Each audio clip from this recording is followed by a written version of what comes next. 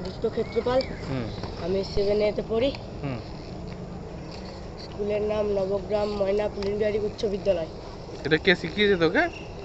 এটা আমাকে আমাদের কাকা শিখিয়েছেন, নাম সঞ্জু মান্ডি। আচ্ছা, ঠিক আছে। গীত বিকালা চ্যানেলটা সাবস্ক্রাইব করে দেবে। ভালো থাকো। হ্যাঁ।